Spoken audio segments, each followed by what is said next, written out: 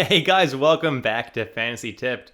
Julian here for another exciting episode. This is actually an episode that I've never done before, but since there's so many injured players to start the year, I thought maybe if you didn't have any injuries on your team or if you had some room on your IR, this might be the perfect time to stash a player that could have some value for you later. Before we jump into it, guys, drop a like and hit that subscribe button if you haven't already. And if you do want to take your support to the next level, the link down below to my Patreon, or you can join on YouTube. But if you join on Patreon, you get perks like being able to DM with me one-on-one, ask me any fantasy hockey related questions that you have the whole year, and I'll answer pretty quickly.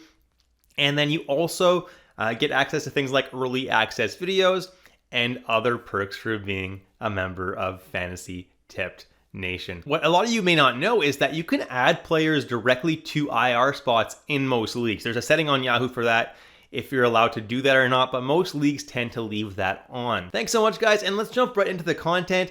And first, we're going to look at some players that you can IR stash, and then we're going to look at two players that if you have an NA spot, you can NA stash. So if you're doing really well on a particular week and you're not going to be using all your ads, well, you can use your last ad or two to just throw a guy on your IR spot if you have room on your IR. Worst case, you end up needing that room and you can drop a player, but using all your moves to add IR players, especially at the end of the week, is definitely not a bad idea. Now, first on the list is Peter Kochetkov of the Carolina Hurricanes, 68% rostered, and he was put on IR at the beginning of the season, and there haven't really been any updates on him on when he'll be back. It seemed like it wasn't that serious, but still not really any updates on Kochetkov. But you have to imagine it's going to be relatively soon, because if it was a really bad injury, they probably would have told us that.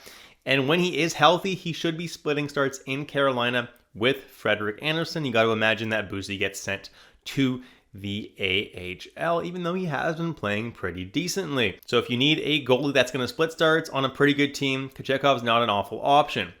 Vincent Trocheck is another guy who I absolutely love, and in my opinion, he has top 50 upside, and I think he will finish, at least point per game wise, inside the top 50 players, if not just outside the top 50 players. He's projected to be back in November at some point. November 4th is the earliest that he could be back.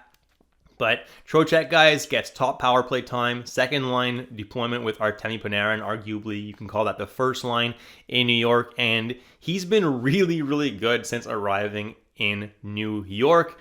And especially if your league has face-off wins, he's even more valuable. He shoots and he hits a lot too, which gives you a pretty safe floor in most leagues as well. I like Trocheck a lot, and if he's somehow floating out there in your league, definitely throw him on an IR spot. Next, we have Cole Perfetti of the Winnipeg Jets.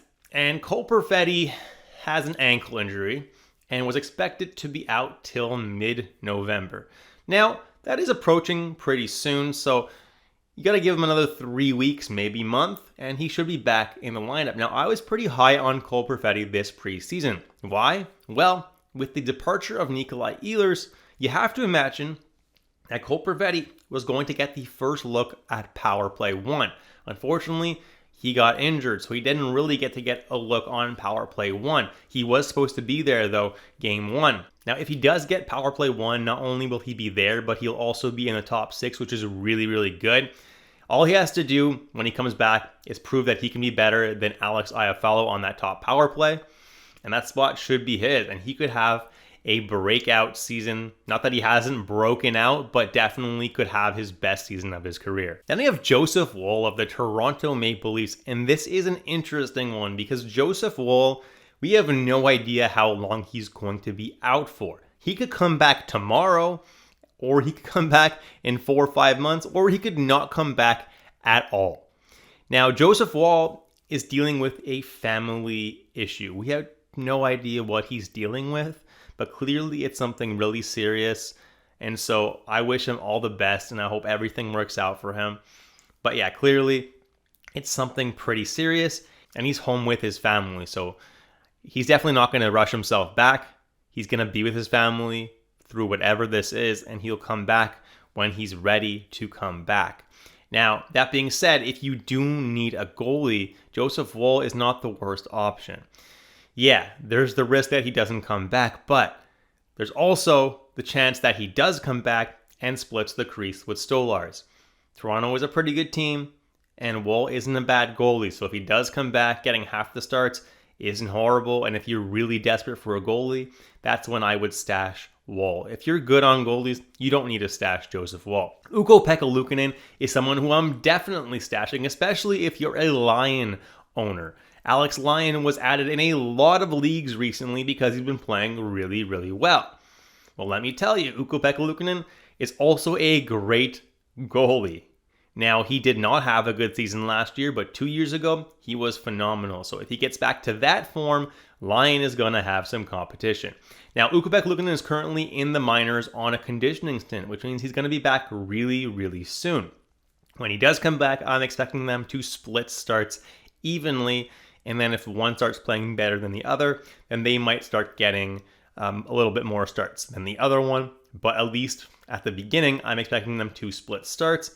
And I do like myself some Luukkonen, or 6K as I like to call him, and I think that he can have himself a great year. Next is Josh Norris, and I know, the guy's always injured, but the guy's also super talented.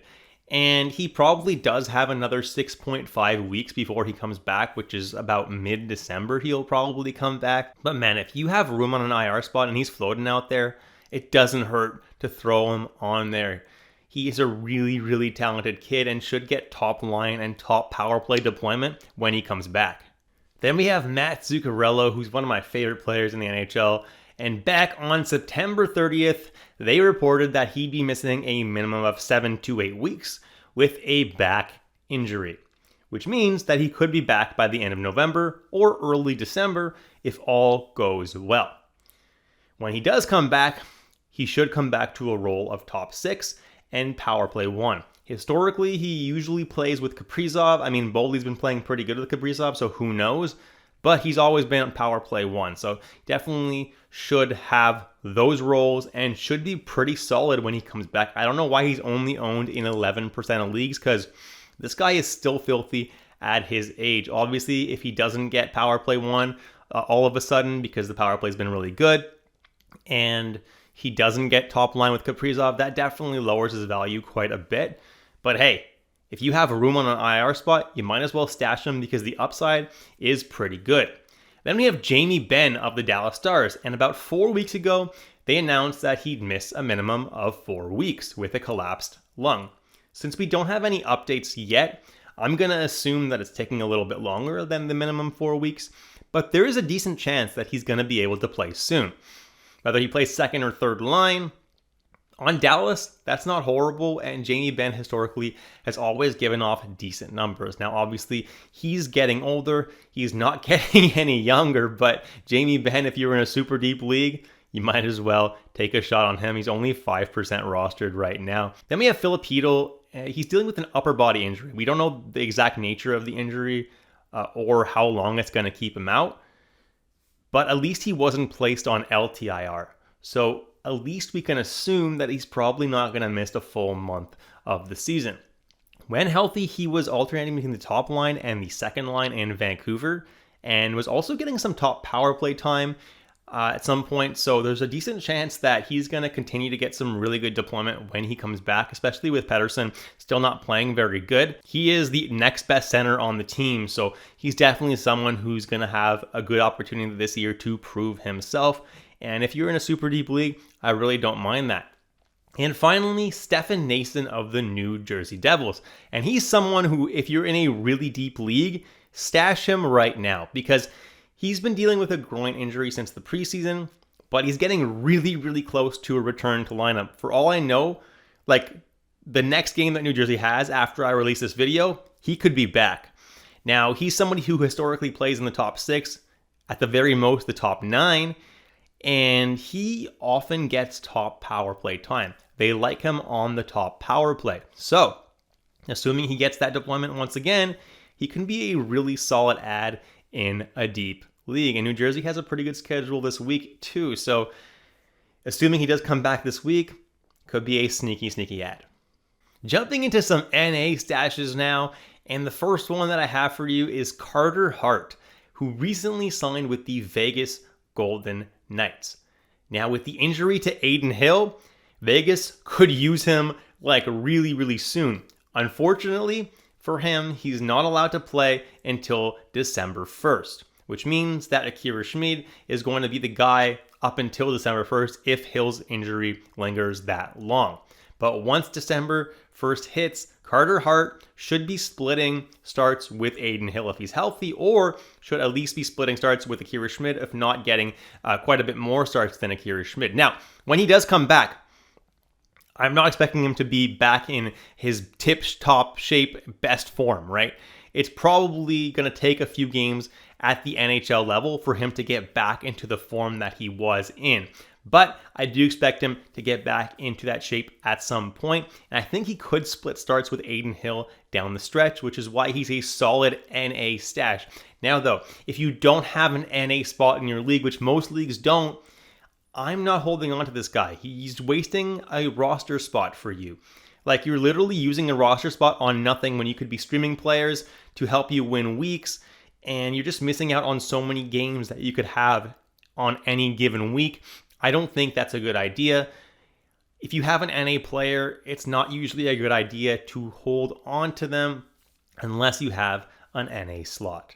And finally, Connor Ingram is another NA stash that I would make if you do have an NA slot in your league. If you don't have an NA slot, once again, I'm not holding on to this guy. But if you do, well, Edmonton did trade for Connor Ingram. And Stuart Skinner has been decent so far, but he hasn't been spectacular. Same thing with Calvin Pickard. If both of them start to struggle and don't really impress that much, they could opt to call Ingram up. And I do believe that Ingram is a really solid goalie. His stats last year were not very good, but that could be attributed to what he was going through and what put him into the player assistance program, because before that, he was a really, really solid goalie. So I could see him being called up at some point and dominating. And that's it for this video, guys. Did you enjoy this style of video? If you did, drop a like and hit that subscribe button if you haven't already. Thanks so much for watching, guys, and I'll catch you all in the next episode of Fantasy Tipped.